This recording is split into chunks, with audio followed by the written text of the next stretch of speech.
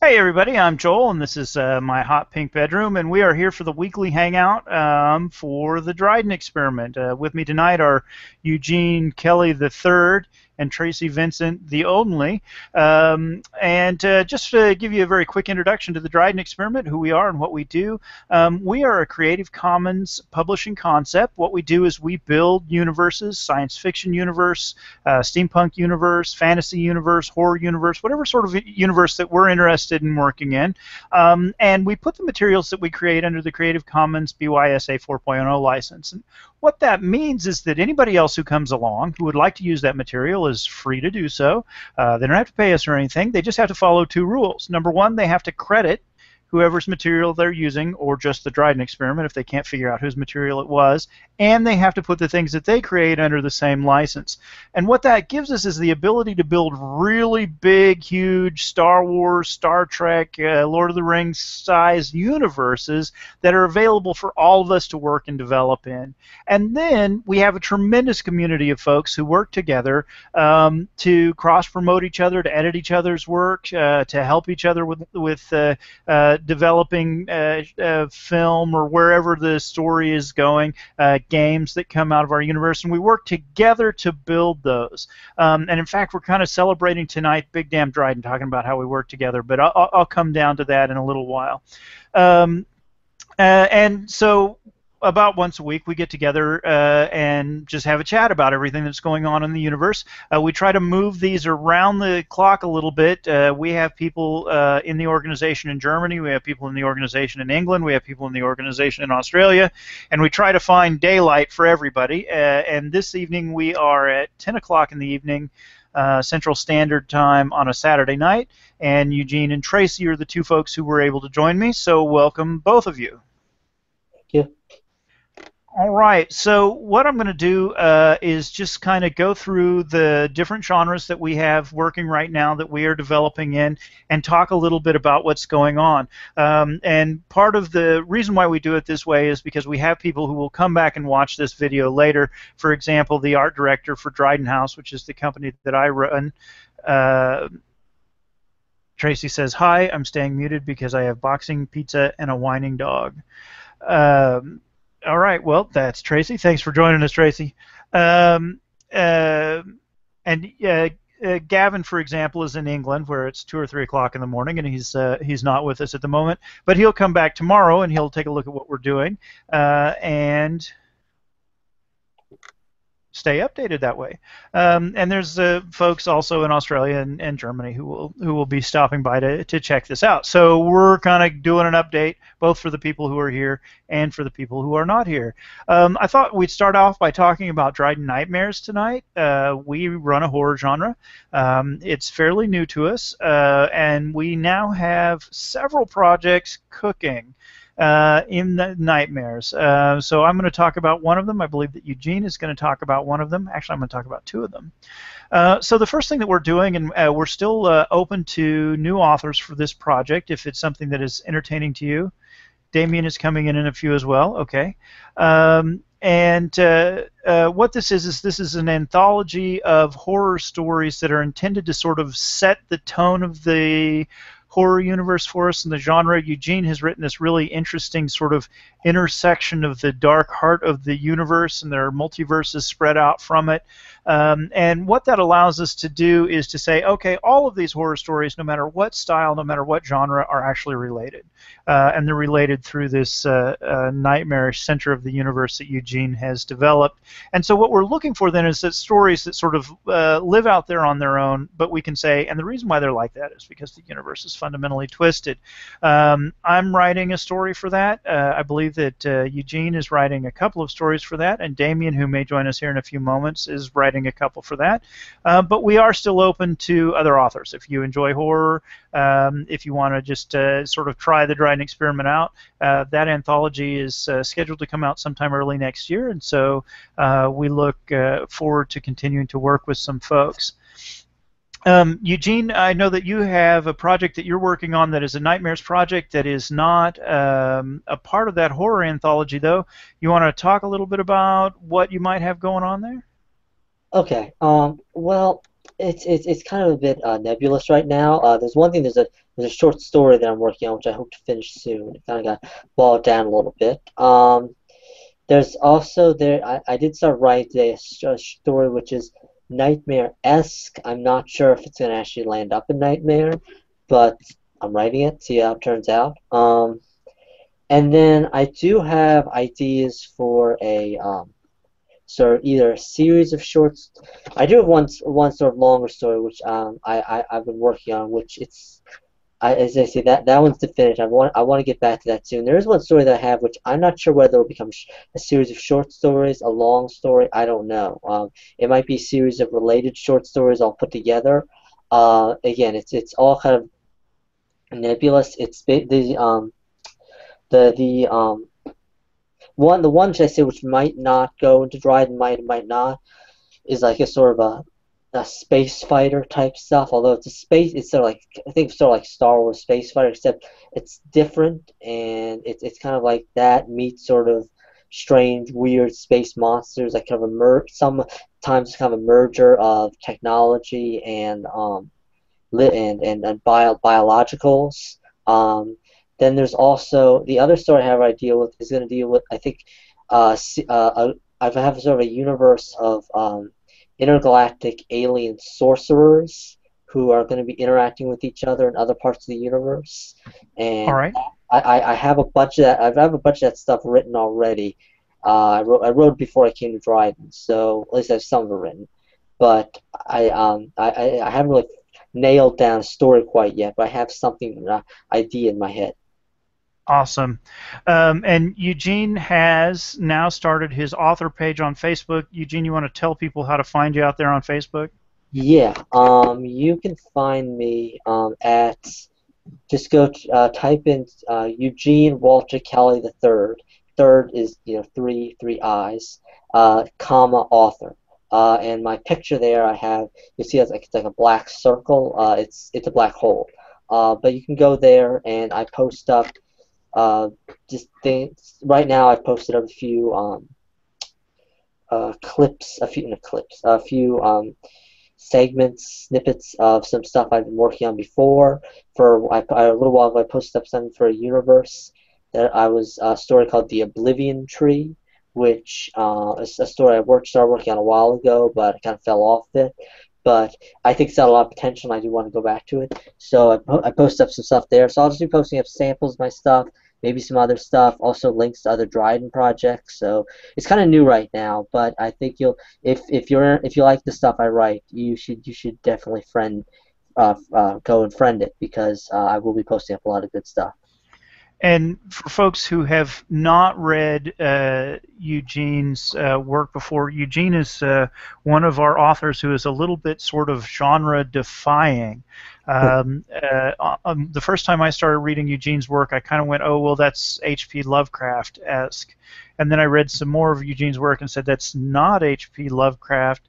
If you have read both H.P. Lovecraft and Carlos Santana, maybe you would find some ground in there and go, oh, well, that's about where Eugene writes, which those are two authors that just don't belong in the same conversation. But it is very interesting. It's very dark. But at the same time, written about just a sort of technicolor, fascinating, interesting stuff. We'll visit Eugene's writing again when we talk about the rise of the European. But I do definitely recommend him as an author that you should get to know. The link is in the comments. You know what I need to do is open the comments bar because I'm missing out on a lot of stuff. There you go. All right, so Eugene's author page is over there in the comments, which I don't think folks watching this later will actually be able to see, but maybe so. If not, go to see author Eugene Kelly III on Facebook, Eugene Walter Kelly, no less. Definitely worth checking out. Then the other project that is coming in Nightmares, Damien has one that he's working on too, but I'm kind of hanging around in case he wants to come on and talk about it. Many years ago, I worked for Froggy Bottom Press, who was an imprint who did online magazines. And one of their magazines was a horror magazine, and I wrote articles for it that they were mostly just funny, but the premise was that they were what would happen in the real world if you tried to do the things that they do in horror movies. And it's sort of writer's tips for horror writers. So I wrote an article like on the sort of the fundamental of medical terms, how you link words together to make medical terms, and how you might do that in your book. And I did an article on fire and what happens to people when they're caught in fires. Then I did others that were just complete nonsense. I did one about this sport that I had invented where you take a whole frozen side of beef, two small chevettes, and you score it based on who gets the beef under the underpass. Just a lot of sort of nonsense in there, but also some sort of interesting facts that you see. Radial velocity of a weed eater, I think, is in there in one of them. Well, I actually have rights to those. Queen Mum, who is K.A. Patterson, who ran those, and I got to be good friends. And I asked her at one point if I wanted to reprint them somewhere, could I? And I have permission to do that. And we are going back to her maybe as early as tomorrow with a proposal to release them as sort of a teaser intro to Nightmares, just because they're funny and they're gross and they're nightmare-y. And that would give us a second product out there to help sort of draw some attention to Nightmares. I put a couple of sample ones out through Lulu without effective editing, and it shows. And that project has been sitting idle. But as early as tomorrow, we may be back in the business of those articles with the eye towards adding them to our horror genre. The gory details.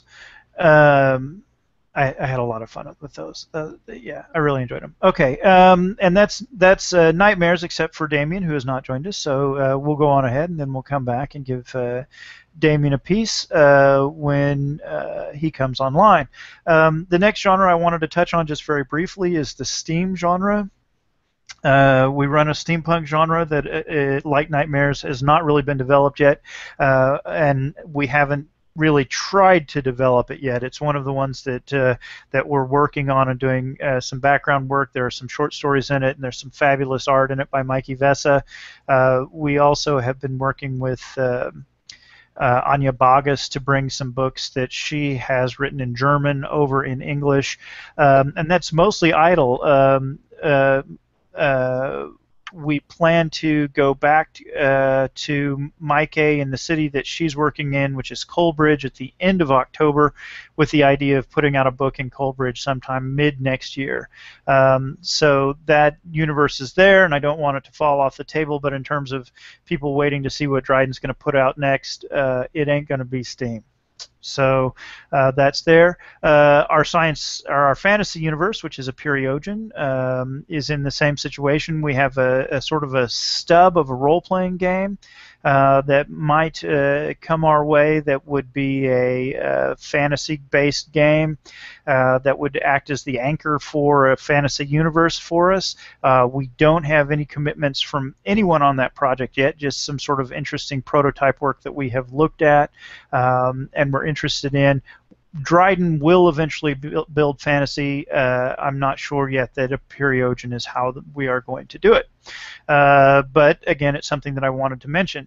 Now, our post-apocalypse universe is in a kind of an interesting state right now. We have a book out in our post-apocalypse universe. It was written by Laura Conrad. It is called Lorelei, You'll Never Die. I really love that book. For those of you who don't know Laura Conrad, you should go find Conrad's Comrades on Facebook. She's a fabulous author. She's 22 years old, lives in Canada, was not able to join us this evening. But that book, when it was released, was kind of released on its own. There wasn't a lot of support material about it. Well, Laura has been teasing that she's writing another book, and it may be a Nightmares book, and it may be an APOC book. She doesn't seem to have committed one way or the other yet, but we are all watching Conrad's Comrades. Well, I'm watching Conrad's Comrades every day to see what the next post is going to be and what's coming out of Laura next, because she may be going into Nightmares, or she may be falling into APOC. We don't know. We also have another book that is in early draft stages in APOC that's written by our very own Tracy Vincent. She's assured me that it's going to take 50 years to write. I'm hoping that we do a little better than that, because I'll be 95 and probably won't really give a crap anymore. But we do have 2 books in development, possibly 2, one for sure, possibly 2 in our post-apocalypse universe. If you're an author or an artist or someone who enjoys the apocalypse genre, feel free to give us a call, because we'd like to talk to you some more about apocalypse. All right, so on to the big news, and I want to kind of take a moment. Early in the development of the Dryden experiment, I spent a lot of my time here in this room or over in a little game shop near me, talking about the vision of the Dryden experiment. This idea that by using the Creative Commons model, we could work together to build way beyond what any one of us was capable of. Looking specifically at the science fiction universe, I wrote a handful of articles, less than 10,000 words probably total, that was a timeline of history, an introduction to the technologies of this science fiction universe, an introduction to some of the big organizations that worked in this universe, and then I started inviting people to participate. And we've had so many people, I can't even name them all. We use these logos for our big 3 corporations all the time in the Dryden experiment, the sci-fi universe, that were drawn by Nigel Kerr, who is an artist in England.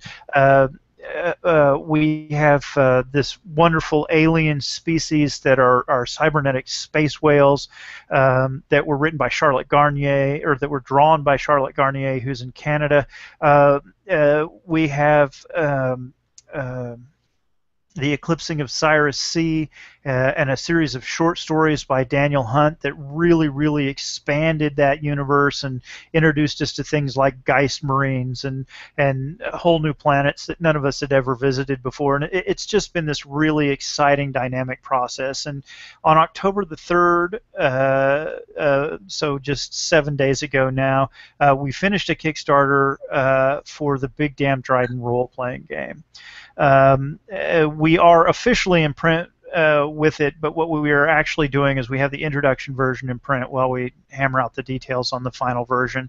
But we will be fully in print within the next 2 weeks.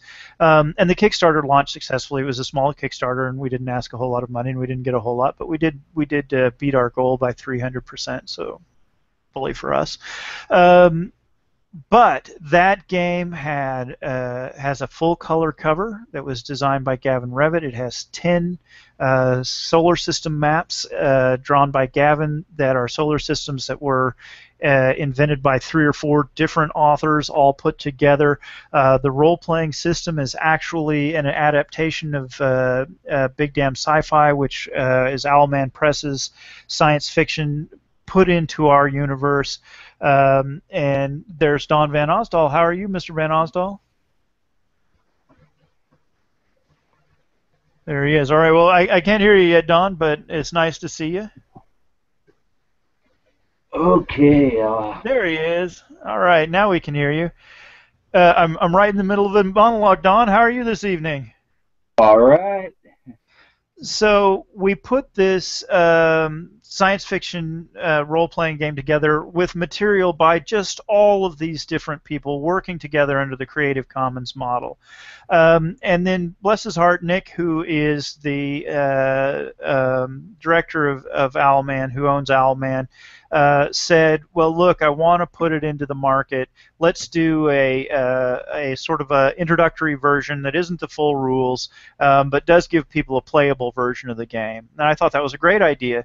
So during the course of the Kickstarter, we gave away about 100 copies of those, and we started talking to gaming conventions. we are sending postcards with a coupon for a free version of free copy of the introductory version of Big Damn Sci-Fi, the role-playing game, to MoteCon, to MaceCon, to Sticks and Stones, to SCon, which is run by none other than Don Van Osdal, who is there with us.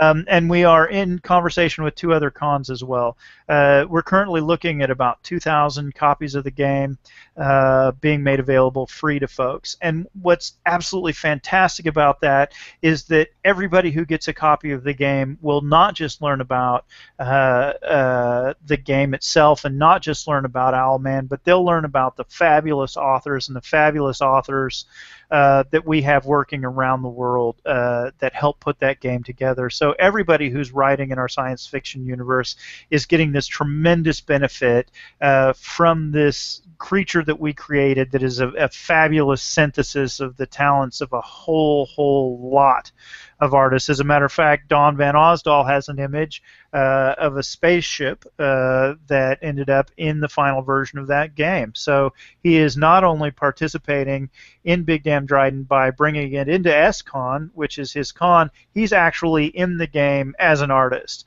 And that level of interaction, that level of cooperative play is just amazing. It's just fabulous, and it's absolutely proof positive that the model that we are working on works and works splendidly. There are problems with it, of course. So you end up with people with very different ideas about what you should do and different levels of ability and every other kind of thing. But I want to take a moment right here and just say a big "that's awesome" to everyone. I don't think that I could actually name everyone who participated in the creation of Big Damn Dryden.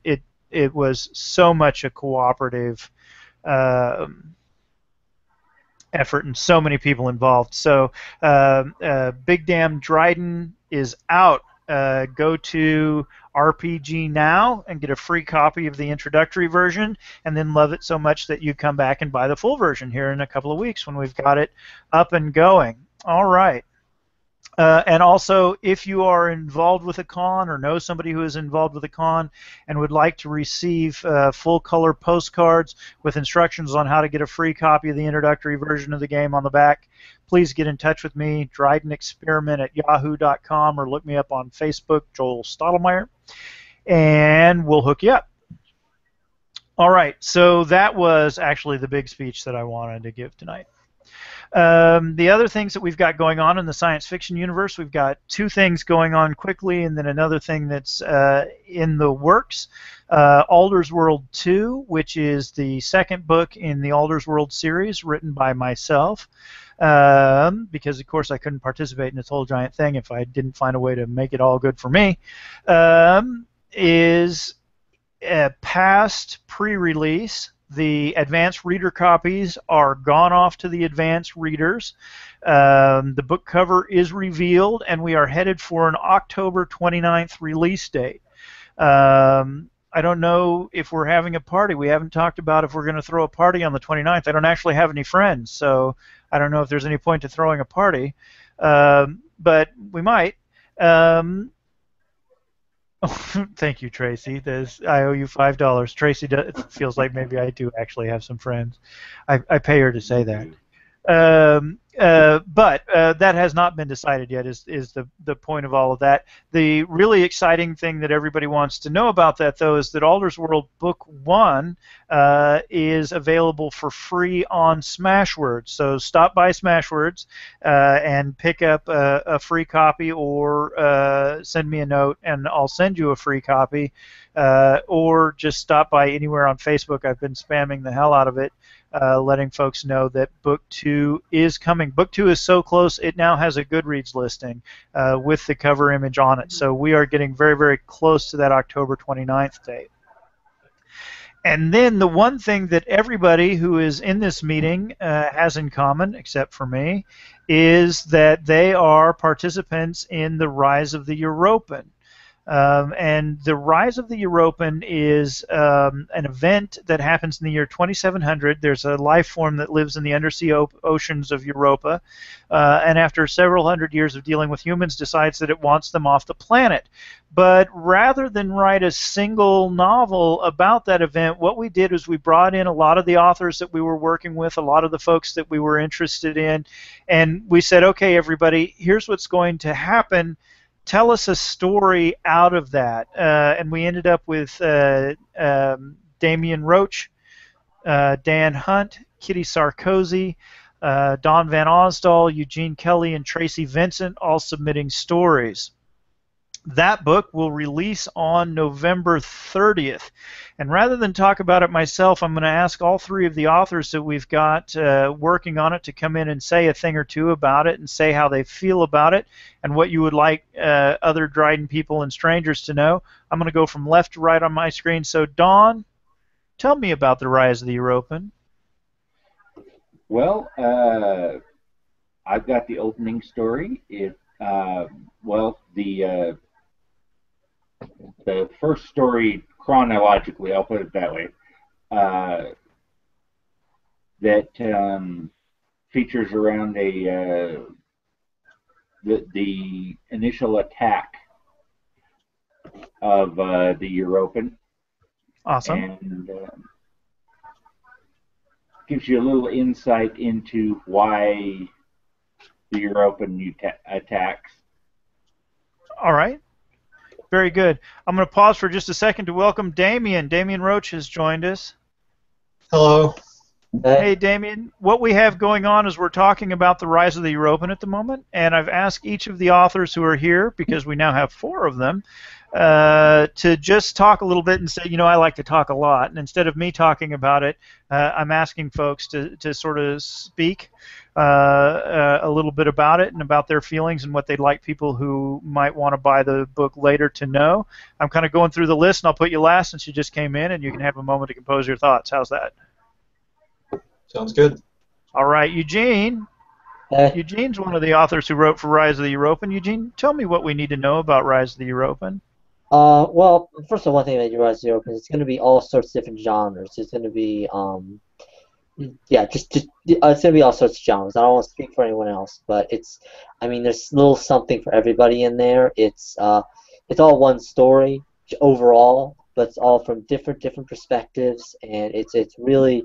I think it's going to be really special because, as I say, it's going to be the same overall story but from very, very different perspectives. My own personal perspective is actually from the point of view of the Europan, which my interpretation of the Europan is it's an alien that, first of all, does not think like human beings. It is vastly more intelligent than human beings. It has knowledge of like secrets of the cosmos and other creatures in the universe that humans have no idea exist.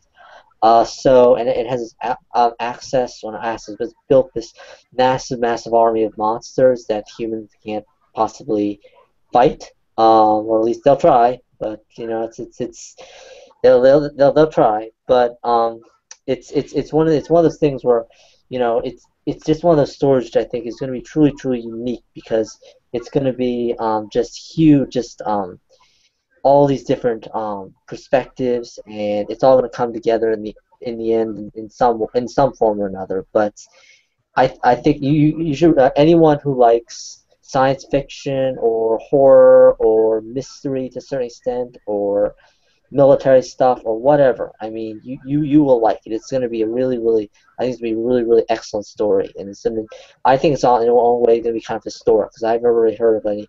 There have been compilation stories before, books written by multiple people, but I've never really heard of any kind of story written on this level in this type of way. It is really unique to the Dryden experiment and to the way that we work cooperatively.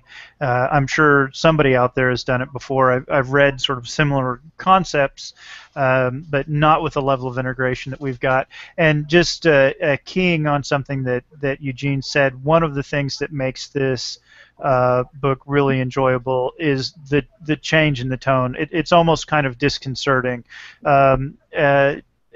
Dan Hunt, who writes for us, who writes a lot in the Dryden universe, contributed a story to this. And when confronted with this idea of the alien rising up from the bottom of the ocean of Europa and starting a war, decided that this was a good place for a detective noir story.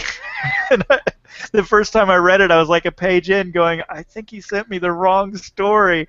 And then finally I started seeing the connections to what was going on Europa, and oh, that's brilliant. But then, Dawn's story is a very different pace. It's kind of an action-adventure sort of story. Eugene writes this very interesting dark creature of the night sort of style. The flavor changes dramatically as you go along, and Eugene's absolutely right. It's a really, really interesting concept, a really, really interesting way to build a story, and I enjoy it tremendously. And someone is pinging me. Let me have half a second. Nope, that's fine. Okay. Someone wanted to know what the home world of Cirque Corporation was. All right. Now, Tracy has done something just damn dangerous, and she's written over in the notes, "It's noisy here. I'll let you speak for me." How dangerous is that? What Tracy wants all of you to know is how fabulous Joel is. She really enjoys working with Joel and considers him basically to be without flaw. All right, back to reality for a moment. She now says that I'm full of stuffing. I'll bet she wasn't thinking the word stuffing. All right, but to talk about Tracy's story just very vaguely, Tracy took a very interesting perspective also. Her story actually takes place on a different planet and talks about the impacts of what's happening on Europa and how it is going to, the impact that this event is going to have around the rest of human space, and curiously provides a very interesting and I think a little bit creepy tag to the entire story. It's strange to think that we'd have 6 authors tell their own stories and then go, and it tags, but it actually does. Tracy's story ties it up well at the end with a sort of disturbing message. Anyway, I can't really talk about it because it begins to become spoiler very, very quickly. But a very enjoyable story and a very good way to end the book. Now, Damien, aside from saying things about how wonderful I am, what would you like to say about your book? I think enough has been said on that first one, but as far as Rise of the European is, it's a great story. It's made of different stories, and I just, to echo what you and Eugene both said, just the diversity of the different types of stories that you get in Rise of the European. I think people will really enjoy that. Again, as Eugene said, there's a story for everybody. And I think, to add to that, I would just say that, all these stories, they also have, they have another layer to them, which is that aside from the fact that they're sci-fi and they're about these, at least to us, events that seem so far beyond us, there's a timeliness to each of these stories, whether it's in the theme or the characters, the way they develop. I think there's something that people will be able to look at and they'll see echoes of, what we see in our daily lives. And I think for that to be a constant throughout this book, when you have different authors working around this, that speaks to the work that we've put in. And having been involved with this, I'm just really glad to see the way it's turning out, because it's turning out the way I really thought it would, which is that it's a lot of fun, and this is proof of what the Dryden experiment can accomplish. This is just the beginning of the kinds of things that we can do as a collective, and anybody can get involved, so that's fantastic. Absolutely, that's right. We run this sort of interesting, almost sort of counterintuitive way of working. If you think about a corporation who comes in and they say, well, we want to publish books and we want to make the most money publishing books that we can and blah, blah, blah, blah, blah, they immediately begin excluding people. They say, well, this is the flavor that we want, this is the genre that we want, this is the level of writing experience that we want. And most of the time when a story gets rejected, the story is probably fine, but for some reason it didn't meet one of the criteria of that company, right? That's one of the sort of hard lessons I learned when I started submitting short stories. Is I'd be going, "This is a fabulous short story," and I'd send it to somebody, and they'd go, "Well, we only do stories about Muppets." Ah, right. Well, we're sort of we're not the opposite of that, but we are very open-ended in the way that those systems are closed. We have universes out there, and we're waiting for the next creative suggestion that will take us forward. And we're in a very good place to work with developing authors. We're in a very good place to work with authors who have voices that are unusual or different and are not going to fit into this sort of very narrow mass market. And I'm really, really excited by the diversity of this book. I'm really, really excited by the uniqueness of the voices that we've put in this book. I'm really, really excited by the fact that we are being able to develop who we want to be as authors. You know, I'm practicing this voice, I'm working on that voice, I'm developing in this way. I had a conversation with one of our authors yesterday, and I encouraged them to write 700 different things of 300 words each until they decided what they liked. Well, how many publishers can do that? You know, just write me some of this, and if you like it, then we'll go with it, and if you don't like it, we'll go in a different direction. That is almost exactly the opposite of what a traditional publisher would be saying. They'd be saying, here's what we do. Do you do that? Okay, you're in. If you don't, you're out. Right? And I really, really enjoy this book, and I really enjoyed being a part of it. In terms of development, we are now all at rough draft. None of the stories have a finished draft on them. We had some issues with integrating stories. We had a 2-week battle that happened in 5 days, and that was a little problematic. And Eugene's story actually was the last one to kind of go through that integration process, and it is not finished. But once that process is completed, then we'll all be at line edit stage. Which there's plenty of work to be done. This is why we all love Tracy so much and are so nice to her at Christmas. But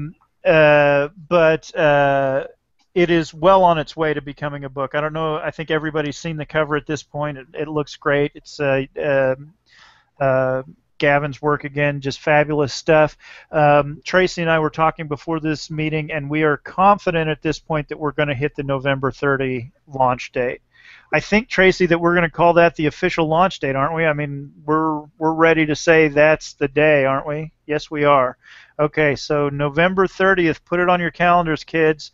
And we will definitely have a party for that one. The 6 of us are going to get together on YouTube, and everyone is going to be encouraged to get a lot of their favorite intoxicant in them, and then we'll all laugh about things that aren't actually funny.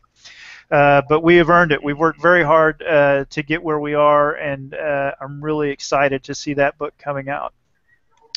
Then in the science fiction universe, we have 2 other projects that are out there that don't have dates on them yet. The Bleeding Minds expansion for Big Damn Dryden is sort of floating out there. It has gotten lost in the Big Damn Dryden release, and I don't think, unless Nick knows where it is developmentally, I sure don't. I know that the Manhattan, Kansas playtest group is playtesting those rules right now, and I know that the editing process has not started for it. So I guess I do sort of know where it is. But it is out there without a release date. But it is really creepy. The process, the Bleeding Mind has to do with psychic abilities in the Dryden universe, and the process of acquiring psychic abilities occasionally drives you completely insane. In fact, frequently it drives you completely insane. And we are working on building a book for that. So I think that book is expected to go only to e-version and not also to print. But I'm the one that will make that decision, so I guess if I'm thinking it, it's probably true. But someone might talk me out of that. All right. And then the other project that we know is coming, but we don't know when it will be released, is Alders 3. It is a 3-part book, and part 3 is on my desktop. And it's not in very good shape yet because I've been doing a lot of other things, but we will release that 3rd book in 2016. So those are the other 2 that we know where they are. we're gonna get drunk. Dan's new book. Oh yes, okay. The other thing that's going on in sci-fi, I lied. There is one other. Tracy's over here pinging me on the side, and I'm ignoring her. Sorry, Tracy. Um, Dan Hunt also has a book called. It was the working title was Songs from Distant Stars, and he changed it, and I don't know the new title off the top of my head. Dark Abyss. That is correct. This is why we pay Tracy the big money. Um, Dark Abyss is at the editor for review. You have actually, if you've looked at Big Damn Dryden, read some samples from that book. The sample that came from Revenge, the story Revenge, that Revenge is in that book, and the other sample that came from that book, I don't remember which story it was, but there were two samples of Dam's writing in Big Damn Dryden, and both of them came out of Dark Abyss. I read the last short story in Dark Abyss a couple of weeks ago and really, really enjoyed it. He went very far back in time to the resource wars that are some of the earliest events in the Dryden sci-fi universe history, and told a very nice story out of the resource war that I really enjoyed. So that's coming. So we actually have 3 books coming in the science fiction universe probably in 2016. Dark Abyss might make it in 2015. But that would be the only one of those that might. So we are well on our way. And of course, the thing that's so exciting is that the more of these that get out there, the more attention they draw, the more people come into the Dryden experiment and know to look for the Dryden experiment, the more we all grow as authors. It's just a great time, or artists, or game designers, whatever it is that we're doing. I wanted to end this meeting here shortly. You guys are all welcome to just stay and hang out, but I'll sort of end the official part and go off the air. But before I did that, Damien, I know that you were working in the horror genre, but I didn't want to speak for you because I knew you were coming. Do you want to talk about what it is that you've got going on in Dryden Horror? Dryden Nightmares? Yeah, sure. Well, we have sometime next year we have the anthology for Nightmares coming up, and I wanted to get a head start on my story for that, so I've been doing a little bit of that. That one is that's centered around a character that I'm going to be doing some extensive work with in other stories, so I'm sort of using this as a way to introduce people to him in that collection, and I think it's going to be an interesting character that people will be drawn to because he's a very deranged individual, and he has a very particular method that he employs. So I think people will want to know more about that character that I'm working on. Well, that wasn't a tease at all, so... No. And then I got a couple of other things, too. You know, I might have mentioned this before. I don't know if I mentioned it when we were on air in any of them, but I got an idea for a novel, and that's in the works. I'm still in the plotting stages for that. I really want to make sure I got it nailed down before I jump headlong into the writing for that. But I think I'm pretty sure I'll be starting on that, you know, before the end of the year, and with any luck, I'll have a draft ready to go soon. That's going to be a weird one. It's about a novelist, or a guy who sort of becomes a novelist by accident.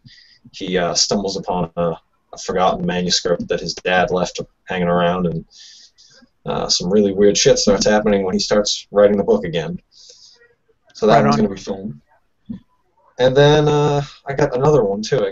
My other project is the Serial Story, which is sort of a weird western with some really deranged characters and some sort of in-your-face personalities that inhabit that world. So I'm looking forward to jumping into that too. So I got a lot working there, but I'm taking my time. I really want to make sure that those turn out well. So the first time that I ever knew that I was interested in Damien as an author, I read this scene that he had written that is out of the serial that he's talking about, and it takes place in a bar. And there's this sort of loudmouth, belligerent cowboy character there in the bar, and he's trying to pick a fight. or maybe succeeding at picking a fight, I guess, depending on how you look at it.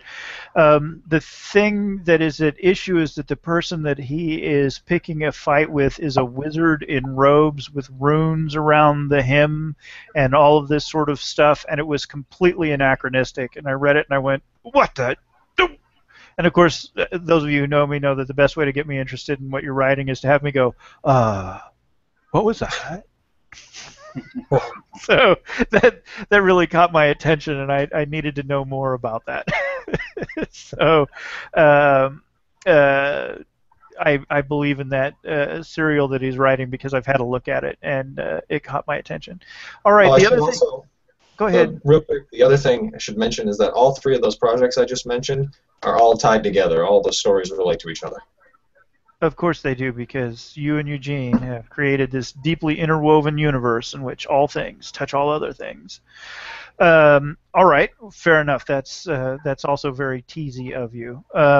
Let's see. And Tracy wants in over on the side. She's saying Space Cowboy versus Samaritan, the Blood Priest, and I know how they work together, Neener. I think that Neener was the nickname of the little girl that lived down the street from me when I was in elementary school. And how Tracy knows about her, I don't know. All right. So a lot of good things going on in Damien's brain, or maybe very bad things that we're going to be able to make good books out of, depending on how you look at it. The other thing that I wanted to touch on, we have some really great work going on in the background where nobody can see it, and I want to make sure that some time gets taken to praise it. Gavin Revitt, as you know, does our book covers for us, does a lot of the art that you see just in general. He is doing really splendid things that nobody can see. If you've seen those wonderful desktops with Miss Akuta on them, or the D logo floating around, he built those. He's working on a website. We own Dryden Experiment at Yahoo, which has basically no content on it at all, but in secret on his own website, Gavin is building us this really, really gorgeous website that we're going to have to figure out how to push over to the Dryden Experiment website. And he's also posted several times in this last week screenshots of the music writing software that he uses, and the name of the song that he is working on is The Secret Life of Miss Akuta. Miss Akuta, of course, being the cybernetically enhanced assassin who is featured on the cover of the Big Damn Dryden role-playing game. So he's hard at work on some musical endeavor that's a part of Dryden as well. And unfortunately, it's 3 in the morning and he's sound asleep, so he's not here to praise himself. So I just want to make sure and call out Gavin because he does really fabulous stuff for us. All right, that's going to end the official part of the meeting. I'm Joel, and this is my hot pink bedroom. I want to thank you all for joining us for Dryden. Those of you who are here with us, I'd love to stay and chat and BS and whatever else. But those people who are looking on the outside will just have to call us and ask us what we talk about after this, because I'm turning the broadcast off. Have I missed anything before I do that? Hearing no objection, and Tracy doesn't appear to be typing away. No, she says not that I can think of. We are out of here. Thanks, everybody. We'll see you next week.